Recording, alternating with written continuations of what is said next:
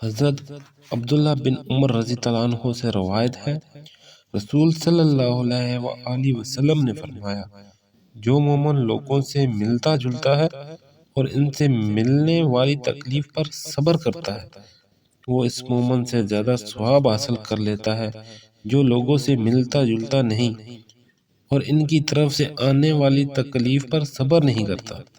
سنن ابن ماجہ، حدیث نمبر 4032۔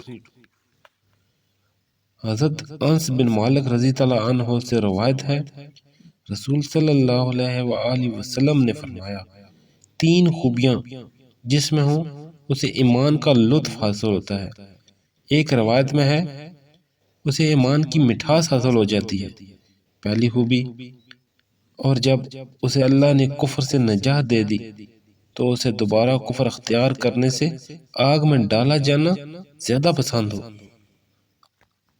دوسری، کسی شخص سے محبت اور دوستی رکھے تو محض اللہ کے لیے رکھے۔ تیسری، اس کے دل میں اللہ اور اس کے رسول کی محبت باقی سب کی محبت سے بڑھ کر ہو۔ سنن ابن ماجہ، حدیث نمبر 4033۔